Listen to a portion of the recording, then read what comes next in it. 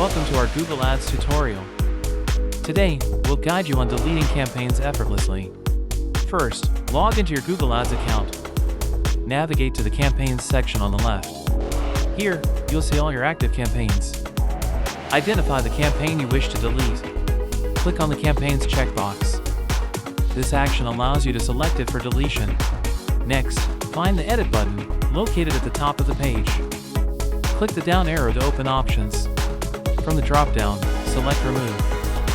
Confirm your choice, and the campaign will be deleted. And that's it! You successfully deleted your campaign. It's that simple. Remember, deleting a campaign is permanent.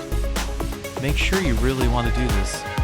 If you found this tutorial helpful, consider subscribing for more tips and tricks. Thank you for watching. Here's to more successful advertising campaigns. Stay tuned for our next video, where we'll explore other advanced Google Ads features. Remember, effective advertising starts with proper management. Take action today.